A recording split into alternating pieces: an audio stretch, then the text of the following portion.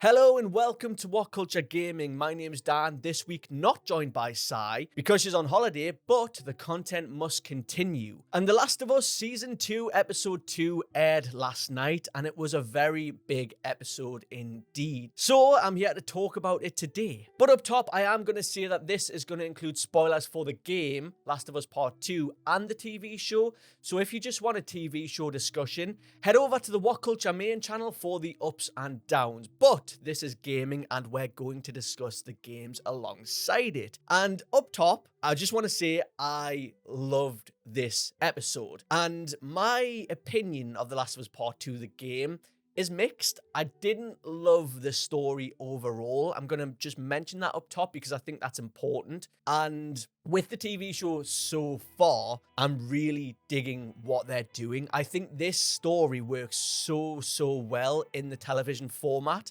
more so than the game. And I can't wait to just discuss it and break it down and just go through everything that went through this episode. So of course, the big one up top is Joel's death. And I am going to get to this one, but I think we have to work up to it a little bit because this isn't the only thing that happened in this episode. We start with a dream sequence of Abby, who is the daughter of the doctor that Joel killed in the first season at the end to save Ellie. And it's essentially her reliving that night where her dad was murdered, and we get to see it from her perspective. It's the hospital and all the warning lights are going off and Joel has just did his rampage. So it's kind of interesting to see it from another perspective, and it really explains her motivations as a character. This is a defining moment in her life, and this is the moment that's led to everything that's about to unfold in this episode. Then she wakes up, it was all a nightmare, and she's talking to Owen about how they're going to infiltrate Jackson because she's looking for Joel. And of course, Jackson is a town with a lot of fortifications. This is 25 plus years into the apocalypse, and these people who are in this town are hardened survivors. And I think Owen mentions there's definitely some vets within this group because you have heavily armed individuals manning the walls. You have the dogs as well, which is mentioned, which also comes back into it later on. And yeah, it's like, this is going to be a suicide mission for Abby's group. But then Owen sort of like lies to Abby, saying that he has some semblance of a plan to infiltrate Jackson. And it's sort of just to keep her ticking along. But in reality, he knows that this is going to be a suicide mission. And the chances of finding Joel within this group of people is very slim. So then he says to the group once Abby goes out, yeah, we're going to convince her to go back because it's just daft. The only people that are going to die are going to be us. So like that shows his character has his head screwed on a little bit. And I much prefer this sort of portrayal of Owen in the TV show. I think the actor's a little bit more likable than his game counterpart. And of course, having played the game, you know what is about to unfold, but I don't think that takes away from anything in terms of this episode as a whole, because there was a lot of new stuff here. And I think the show in particular sort of expands upon the roles of the game, because in the game, it's sort of broken up by gameplay segments. And I don't think the story flows as well as it does in the TV show because, again, they have to sort of break it up with gameplay. And now I think the gameplay in The Last of Us Part 2 is the strongest element of it. But again, I didn't really like how they told that story in particular. And I am very much on board with the TV show now. So then we jump back to Jackson. We have Jesse knocking on Ellie's door for a patrol. And this is another sort of change from the game, where it's Joel and Dina going out on patrol rather than Joel and Tommy. And there was a very big thing in the game where Joel and Tommy save Abby and they go back to the big cabin and all that. And there's a moment that is criticized very heavily, which they sort of change in the show. And that's when Tommy introduces himself to Abby's group as, oh, I'm Tommy, this is my brother, Joel. And the way they changed that in the TV show, I know I'm getting a little bit ahead of myself, yeah, is that Joel saves Abby and he's with Dina, and Dina's the one who shouts, Joel, Joel. And then that's when Abby puts two and two together. So that is like a change that completely eliminates that whole argument of, well, they're supposed to be seasoned survivors. Why would Tommy do that? And that's just a small change that's present within the TV show that really adds to the believability of the situation, because it's true. It's like, why would Tommy do that in that situation? So the way they changed that, and obviously they've changed a few other things as well, with Ellie going out with Jesse. We get to see some of their banter together. And Jesse's a great character in the game, but I think the actor who plays him in the TV show has done a really good job of just portraying that sort of, it's not arrogance, but it's like he's confident within himself, and he makes a little joke about Dina and Ellie kissing, and it's like, oh, that's so bad, you shouldn't have done that. And it's just adding to the humor of the situation a little bit. Like, this is a good guy, and obviously we know what's going to happen to him going forward, so that's going to make that sting a little bit more. But yeah, I think they've done a really good job adapting these newer characters, and I think it makes more sense for Tommy to hang back, because obviously he's a father and he is in charge of this town. So it doesn't really make sense for him to be going off on scouting missions as much as it does with Joel, with Jesse and all that. Like, you don't want the leader of your town going out there and potentially getting killed.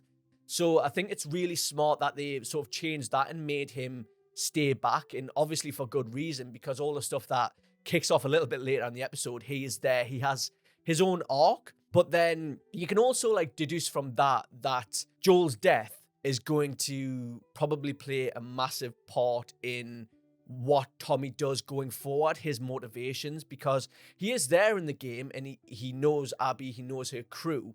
But I think him not being there when it happened is going to add to the guilt of the situation. It's like, maybe if I had have been there, I could have saved my brother. And I think that's going to play a big part of him sort of going through his revenge story arc as well. So yeah, I was very happy with that change too. I think it made a lot more sense for Tommy to stay behind. We also got bigot sandwiches in this episode. Well, we didn't get that line in particular, but speaking of things that are criticized from the game, the whole thing happens with that guy at the party, and then the next day he's sort of forced to apologize to Ellie.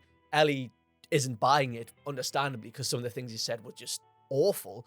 But yeah, this was a line in the game. I think it probably served better to be cut out. It's where Ellie says, oh, bigot sandwiches, blah blah blah, and it's like, okay, it's a little bit on the nose, and yeah, that was a good omission from the TV show. I think there was also a lot of emphasis on the weather in this episode as well, because from moment one the characters are talking about like freezing their asses off, which is fair.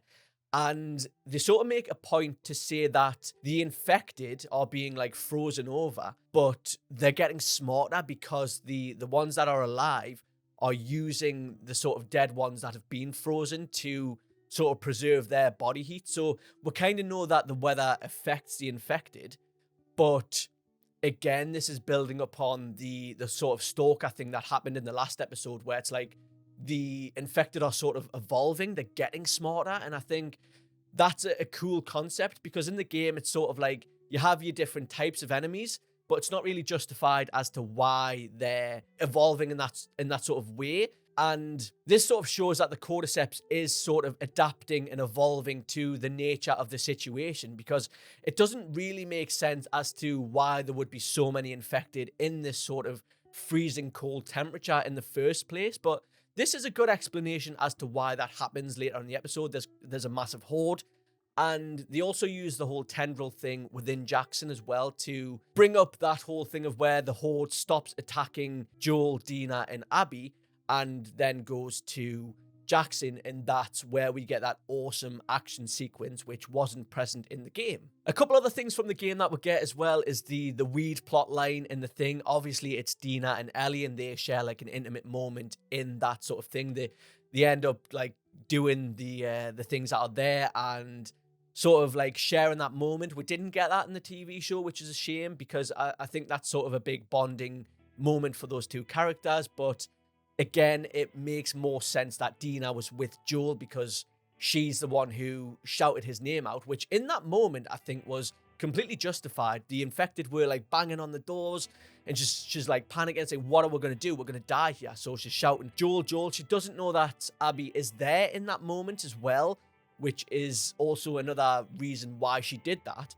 And we had Joel saving Abby's life, which is just, it's a little bit depressing that he is the sort of person that is responsible for his own death through his actions of obviously killing Jerry, the doctor at the hospital, and then saving Abby's life, because there's a whole chase sequence where Abby sort of falls down the hill, and that wakes up the infected that are sort of underneath the ice. And then we get that whole segment of just a giant horde of infected just chasing her. And then obviously she bumps into Joel when she's sort of crawling through the fence. The fence is collapsing on her, which is pulled straight out of the game and is such a cool action sequence. And I think this is the most infected that we've seen on screen in the show as well. So it's good that we're seeing more of that, because in the first season, we didn't really get a lot of infected action. And I know the whole idea is that the humans are sort of the bad guys. It's touched upon in a lot of zombie media these days. And I know this isn't specifically a zombie story, but like, I tune in to see that, but I also tune in to see the infected, to see the clickers, and we definitely got enough of that this episode to make me personally very happy about it. So yeah, then we get on to their sort of like breaking up the weeds that are blocking the pipes, and as we saw in the previous episode, this is how the infected network sort of like communicate as a hive mind. And this is an idea that was completely new to the show, and obviously we don't have the spores anymore. I don't know if that's going to be a thing later on, maybe, because it's sort of a big plot point when Ellie is like hunting down certain members of Abby's group. But then this leads to that whole thing where the infected sort of stop chasing Joel, Dina, and Abby, and they go to Jackson, which I mentioned before. And we get to see Jackson in action. We get to see Tommy as a leader as well, which I think is really cool. He's got a very like level-headed approach to things.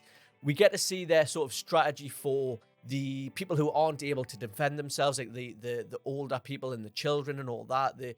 They have situations in place where if their walls were to get breached, they would sort of have a plan and stick to that. And I think that's good to see. And also, it's part of the action as well. We get to see the infected sort of breaching the walls for a start. And before that, we get to see all the soldiers on the wall at Jackson defending their property. And they do a really cool thing with the barrels. There's like slides going down, they roll the barrels off, and then we get to see like the lighting the torch, chucking that over, the fire. And yeah, the infected are very susceptible to fire, which is proven in this episode, which is another thing that will play into it a little bit later on in the episode as well. So yeah, we get to see the defensive strategy of the town, but eventually it proves to be futile because we get a bloater. This is, I think, the second or third bloater that we've seen in the series. And if you've played the game, you know how much of a headache these things are to fight. They're just bullet sponges. And yeah, this big, massive thing runs into the walls, takes it down, so all the infected flood into Jackson. And we get this moment where all these, I think, 5 people are lining up with their flamethrowers, and I think 2 of them sort of see the infected, and they're like, nah, I'm out. So they run away, and it sort of leaves them a little bit more exposed.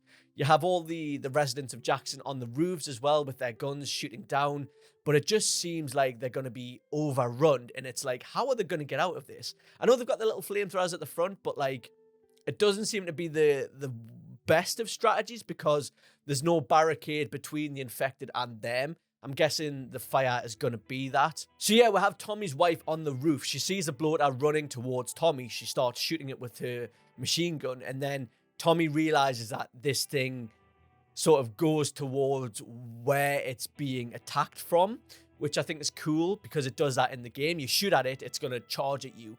And then he's obviously wants to protect his wife, so I think he runs into the infected, he pulls his pistol out, and bang, bang, bang, then it starts coming towards him. So he runs away, he has his flamethrower in hand, but then he gets cornered. It's a dead end that he runs into, and we get this awesome shot. It was in the trailer of like a side view on of Tommy with his flamer, and the bloater just like slowly going towards him. He's lighting it up, and it looks like maybe Tommy's not going to make it out of this. And I was questioning that at one point. I was like, surely they're not going to kill off Tommy and Joel in the same episode. But no, we get to see like the mushrooms and the fungus on the bloater like start to sort of burn, and eventually it does end up falling over and dying. And Tommy sort of makes it out by the skin of his teeth in that situation. But it was cool to see him like soloing a bloater. I think that was awesome. And there's just a sense of haste present in this episode.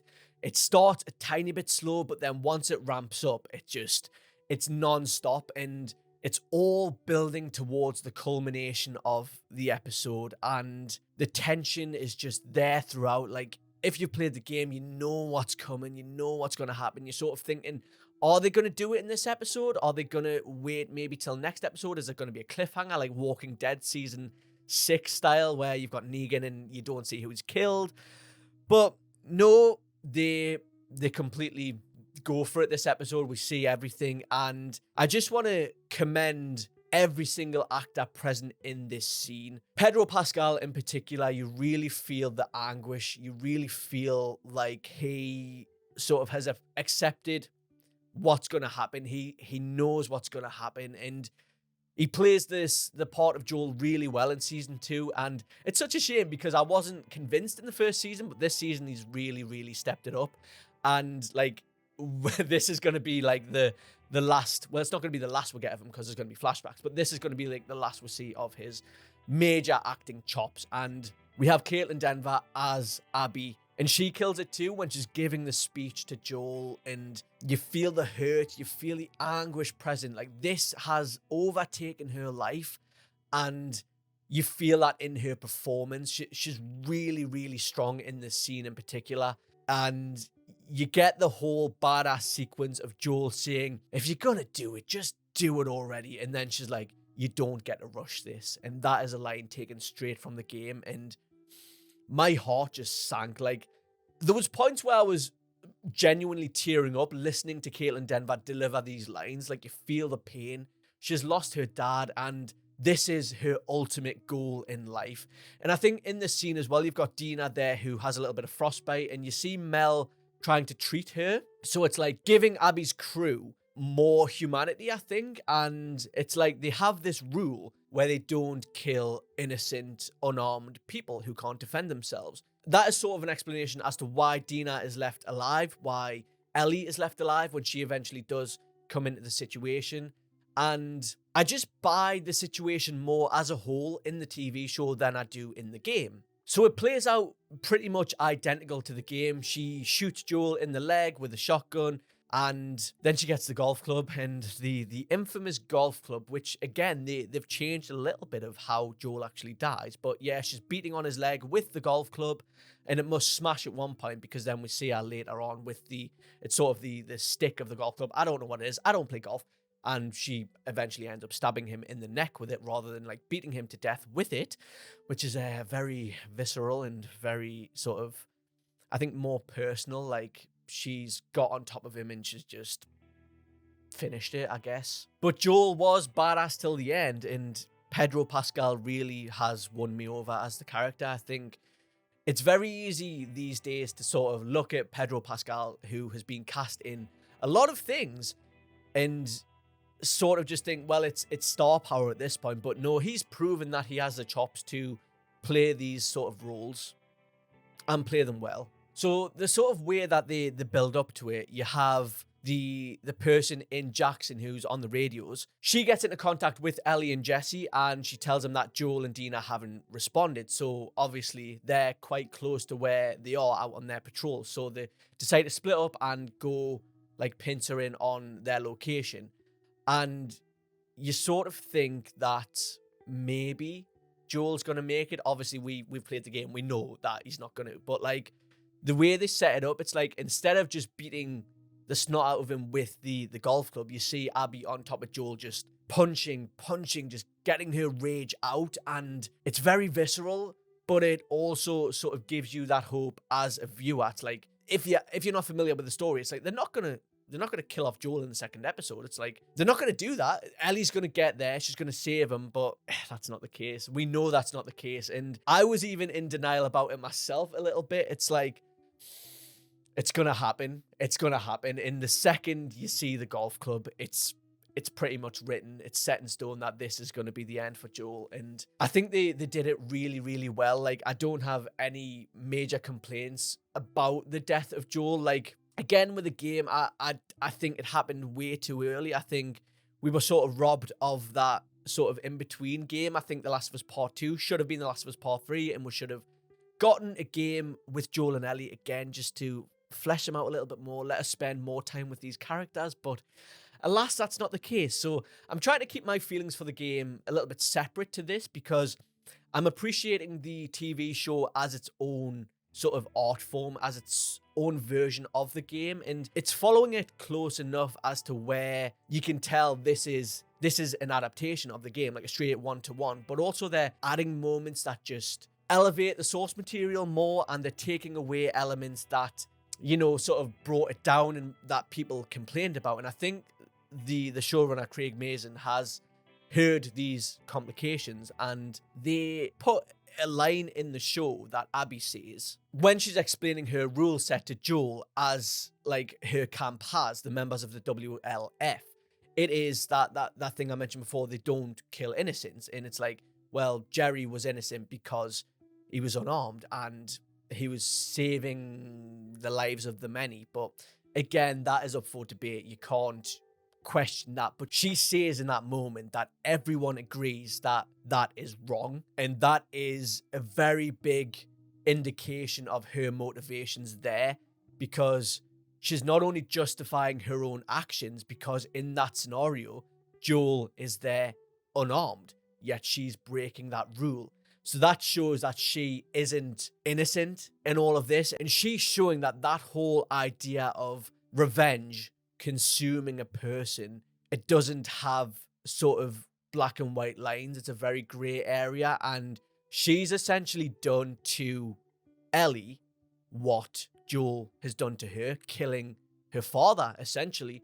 And then that paints her in that light that she is no better than Joel. So yeah, then you have Ellie running into the building, and this sort of moment in the TV show, the moment in the game hits very, very hard, in the performances from Ashley Johnson. It really, really gets to you. And I think a lot of people have their doubts and their grievances with them portraying Ellie as a character. But I think for me, it is hard to imagine anyone else other than Ashley Johnson as the character, because that's the character that I sort of fell in love with as a character.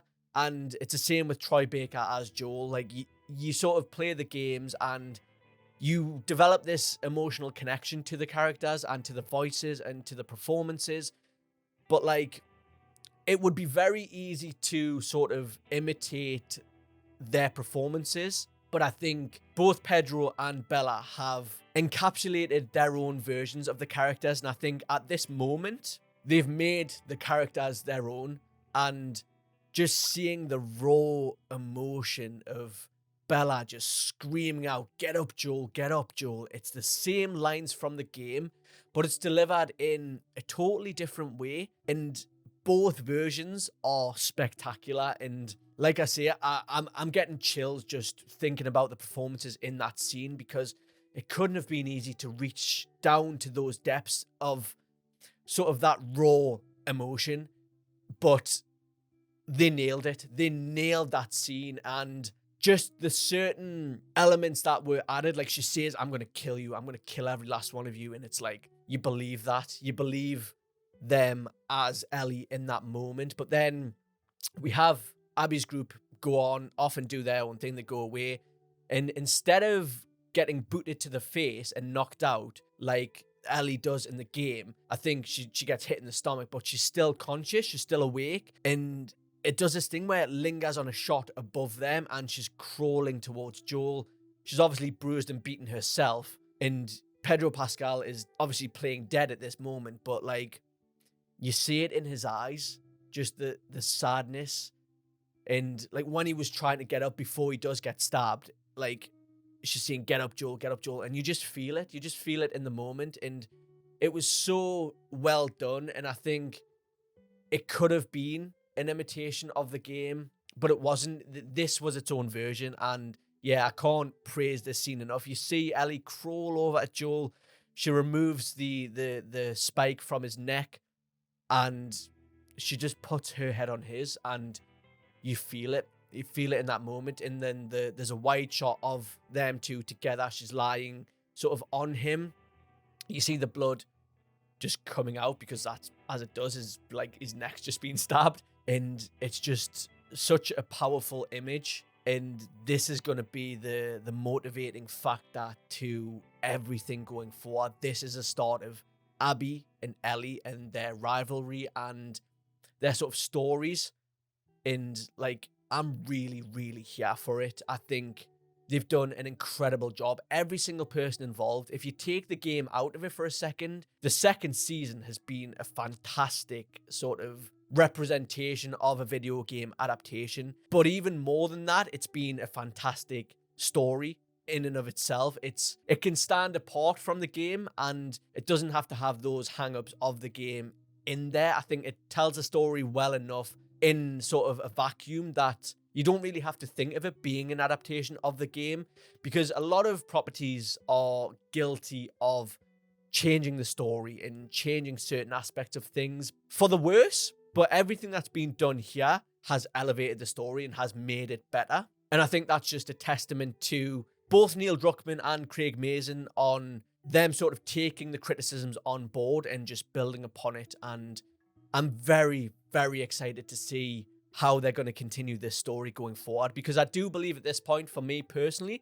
that the TV show is a step above the game in terms of just the story aspect of it. Then we have a very emotional moment of when a song starts playing. It's Through the Valley by Ashley Johnson, which was present in one of the TV spots leading up to the release of the game.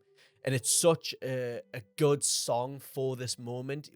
We obviously get to hear that voice again, and that's very comforting in that sort of moment. But like, the lyrics and just the setup of what's going to happen going forward, I think it's a perfect sort of representation of what we're feeling as audience members. And then that song plays out. We sort of see Jackson. It's a little bit worse for wear, I think, it's probably an understatement, but they've survived, and hopefully they can prosper going forward from this. But then we have Jesse, Ellie, Dina on the horses going back, and Ellie is obviously just a wreck. And then it pans back and you see them sort of dragging the body of Joel back to Jackson, and the music sort of cuts out.